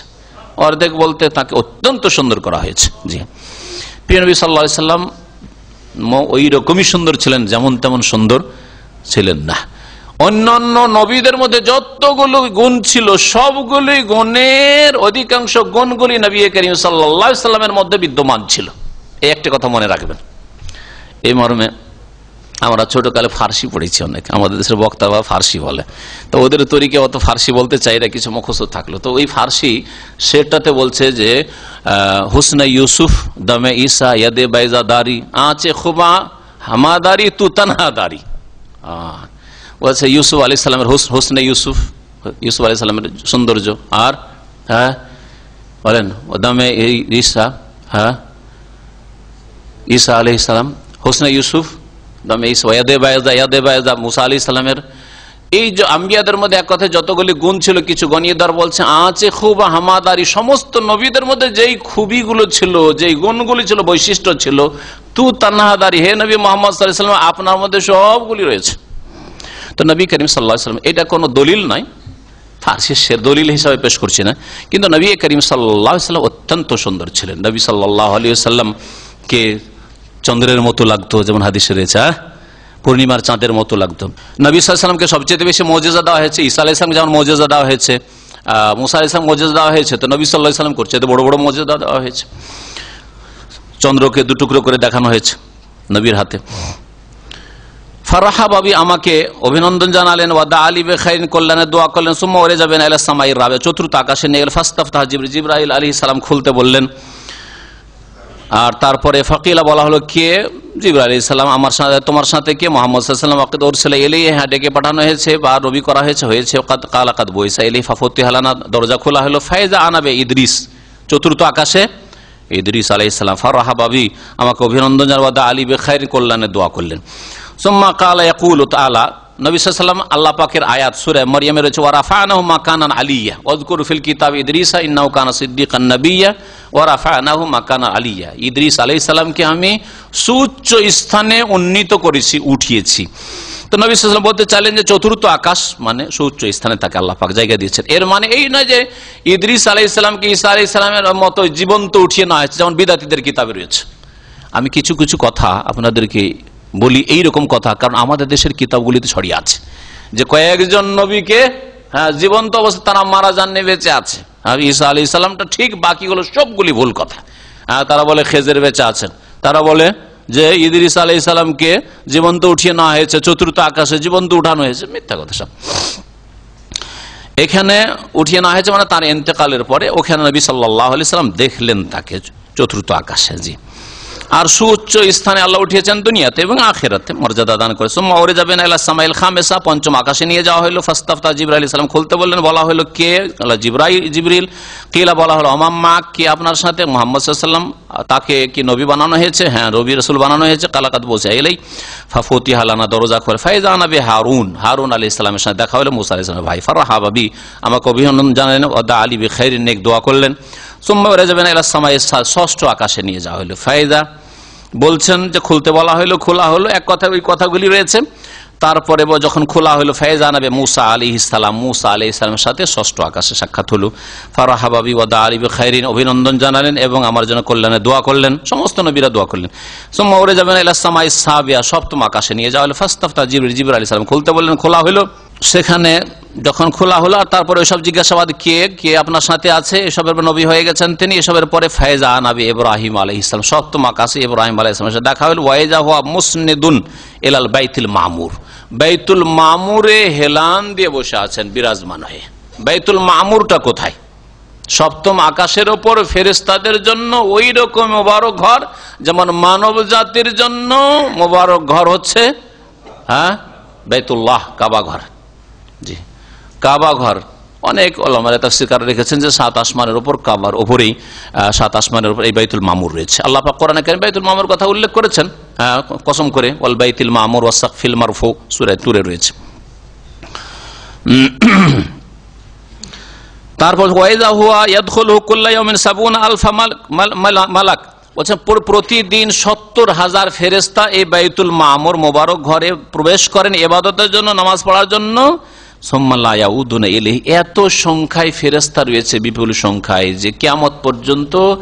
আর ওই প্রথম দিন যেই ফেরেশতারা ৭০,০০০ ঢুকেছেন তাদের আর পালা ফিরে আসবে না, একবার করে ঢুকতে ঢুকতেই কিয়ামত হয়ে যাবে। আল্লাহ বলছেন যে সুম্মা যাহাবাবি ইলা সিদরাতুল মুনতাহা, তারপর আমাকে সিদরাতুল মুনতাহাতে নিয়ে গেলেন। ফায়দা ওয়ারাকুহা কাযানিল ফিলাতে, সিদরাতুল মুনতাহা, সিদরা মানে বড়ই গাছ, কুল গাছ, আর মুনতাহা মানে শেষ সীমানা। সিদরাতুল মুনতাহার কথা কোরআনে এলা সিদরা ইনদা সিদরাতুল মুনতাহা, আল্লাহ পাক রব্বুল জিবরিল আলাইহিস সালামকে সিদরাতুল মুনতাহার আর কাছে দেখলেন। আসল সূরাতে সূরা নাজমে রয়েছে। তো বলছেন নবী করিম সাল্লাল্লাহু আলাইহি ওয়াসাল্লাম ফায়দা ওয়ারাকুহা, এই সিদরাতুল মুনতাহার বড়ই পাতাগুলি ছিল কাযানিল ফিলাতে, হাতির কানের মতো। ওয়াইদা সামার, আর ফলগুলি ছিল কাল কেলালে, বড় বড় মটকার মতো। মটকা বুঝেন? কি বড় বড় মাটির পাত্র। জি। ফালাম্মা গাশিয়াহা মিন আমরিল্লাহি মা গাশিয়াহা তাগায়্যারাত, আর ওই পাতাগুলি কি আল্লাহ পাকের নির্দেশে এত সুন্দর সুন্দর সৃষ্টিতে নূরে ঢেকে নিল যে একেবারে পরিবর্তন হয়ে গেল। দেখে মনে হয় না যে সেগুলি হচ্ছে কুল পাতা। এটা যদি মানুষ তৈরি করতে পারে, মানুষ তৈরি করতে পারে। দুবাই গেলাম, তো দুবাই গিয়ে একটা জায়গা আমাদের ভাইরা নিয়ে গেল, নিয়ে যাওয়ার পরে বলছে যে এখানে দেখবেন একটাই বিল্ডিং কিন্তু 25-30 রকম রং বদলিতে থাকবে। লাইট যখন পড়তে লাগলো তো আজও বদলে যাচ্ছে, মনে হয় না যে ওই এটা 1 নম্বরে 2 নম্বরে 3 নম্বর, মনে হচ্ছে একবার এক রকমের বিল্ডিং দেখছেন আর ওই সিনারি দেখছেন আপনি। লাইট যতক্ষণ পড়তে থাকলো, তো মানুষ এরকম তৈরি করে নিতে পারে। আল্লাহ পাক রব্বুল নূরে সেই সিদরাতুল মুনতাহার গাছ মনে হচ্ছে পরিবর্তন হয়ে গেল।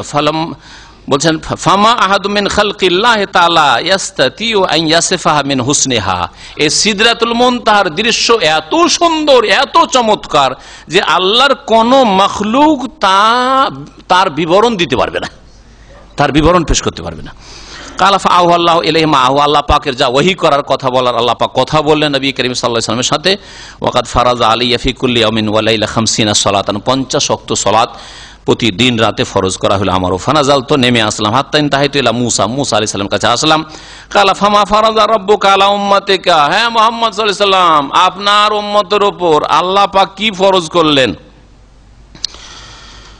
কুলতু 50 সালাতান, আমি তখন বললাম 50 ওয়াক্ত নামাজ ফরজ করলেন। ফি কুল্লি ইয়াউমিন, প্রতিদিন রাতে। কালা ইরজি ইলা রাব্বিকা, যান রবের কাছে ফিরে যান। ফাসআলহু তাখফিফ লি উম্মতি, আপনার উম্মতের জন্য হালকা তলব করেন যে একটু হালকা করে দাও, আল্লাহ ডিসকাউন্ট করো।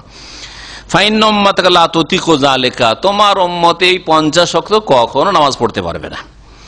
বলছেন ওয়াইন্নী কাদ বালাউতু বনি ইসরাইল ওয়া খাবারতুহুম, আর আমি বনি ইসরাইল বড় শক্তিশালী জাতি, তাদেরকে পরীক্ষা করে দেখেছি।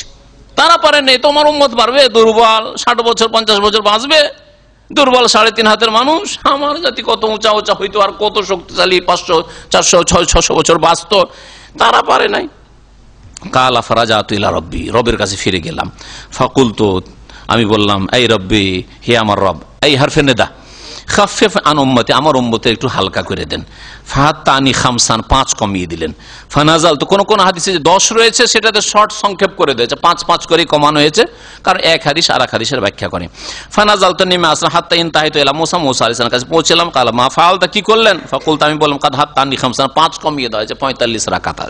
কি বলছে? 45 ওয়াক্ত নামাজ আছে। ফাকালা ইন্না উম্মাতাকা লা তুতিকু যালিক, 45 ওয়াক্ত তোমার উম্মত পারবে না। ফারজি ইলা রাব্বিকা, যান রবের কাছে ফিরে যান। ফাসালু তাখফিফ উম্মাতিকা, আপনার উম্মতের জন্য একটু হালকা করার দরখাস্ত করেন। কালা ফালাম আজাল আরজু বাইনা রব্বি ওয়া বাইনা মুসা, আর কত একবার করে বলবেন যে আমি ওই ঘোরাফেরা করতেই থাকলাম, আমার রবের মাঝে আর মুসা আলাইহিস সালামের মাঝে যায় আর আসি এই করতে থাকলাম। ওয়া ইউহাত্তু আন্নি খামসান খামসান, আর আমার কমিয়ে দেওয়া হলো, ডিসকাউন্ট করা হলো 5 করে। হাত্তা কালা ইয়া মুহাম্মদ, এমন কি শেষবারে বলে, হে মুহাম্মদ, হুন্না খামসু সালাওয়াত, আসলে এটা 5 ওয়াক্ত নামাজ, যাও 5 পড়তে হবে। ফি কুল্লি ইয়াউমিন ওয়া লাইলা, ফি কুল্লি ইয়াউমিন ওয়া লাইলা, একদিন 5 আর একদিন 4 আর একদিন 3। আজকাল যাদেরকে নামাজিও বলছেন তারা হলো এরকম নামাজি, আল্লাহ কবুল করবেন না এরকম নামাজ। ফি কুল্লি ইয়াউমিন, প্রতিদিন রাতে 24 ঘন্টায় 5 ওয়াক্ত নামাজ পড়তে হবে, এবং টাইমে পড়তে হবে, বিনা ওজরে।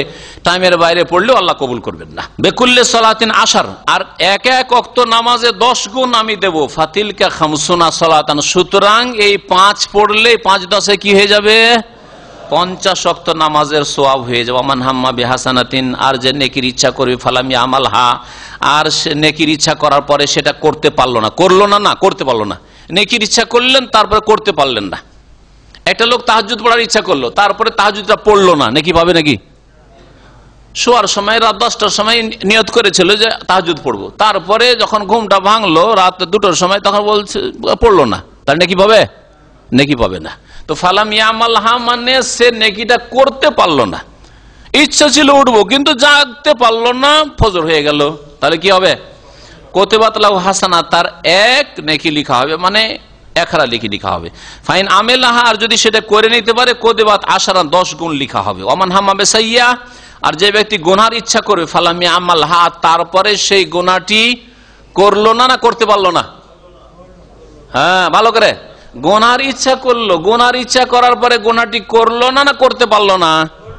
করলো না, পারবে করতে, গুনার কাছে চলে গেছে, আল্লাহর ভয় হলো, আল্লাহর ভয় ছেড়ে দিয়ে আসলো, করলো না। কি জন্য করলো না? ফাম্মান খাফা মাকামা রাব্বিহি, আল্লাহর সামনে দাঁড়াইতে হবে, সেই জন্য। পুলিশের ভয় যদি না করে, গুনাহ করতে চেয়েছিল, গিয়েছিল, আর দেখলো পুলিশ পাহারা দিচ্ছে, আর পালাইতে শুরু করলো। হ্যাঁ, চুরি করতে গেছিল, ডাকাতি করতে গেছিল, খুন করতে গেছিল, মদ খেতে গেছিল, আজ না করতে দেখছি আরে হাইয়ার লোকেরা তো এখানে সৌদি আরবে পাহারা দিচ্ছে, পালা। হ্যাঁ, নারী ব্যবসা করতে যাচ্ছিল, তাহলে গুনাহ হবে না?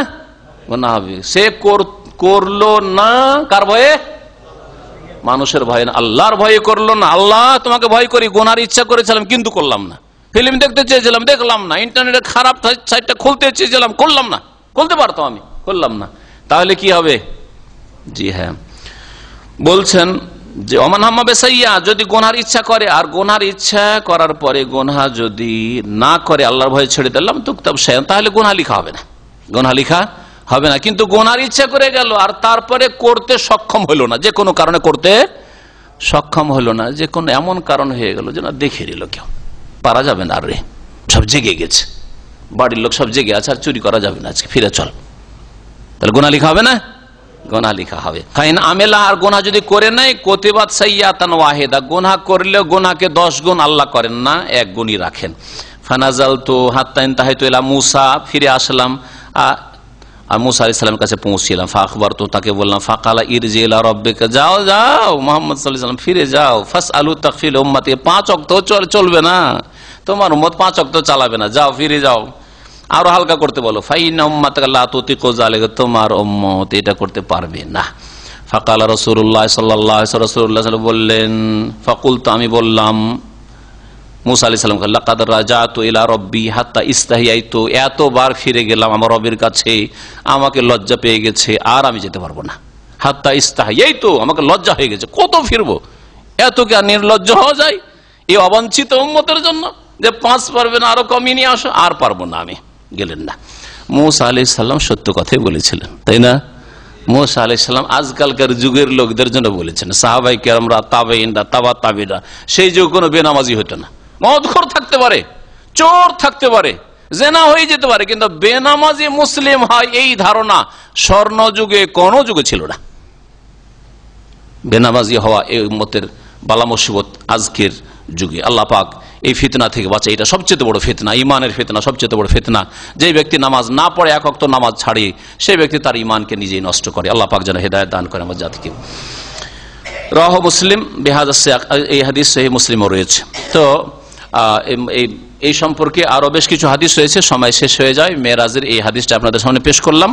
আর কিছু কথা যে বাড়তি অতিরিক্ত রয়েছে, যে এই কথাগুলি অন্যান্য হাদিসে, আর সেগুলির প্রয়োজন রয়েছে ইনশাআল্লাহ তাআলা আগামী সপ্তাহে সেগুলি সংযোজন করে দেব। আল্লাহ পাক যেন আমাদেরকে কোরআনে কারীম বুঝার তৌফিক দান করেন, নবী করিম সাল্লাল্লাহু আলাইহি ওয়াসাল্লামের তরিকা মোতাবেক চলার তৌফিক দান করেন।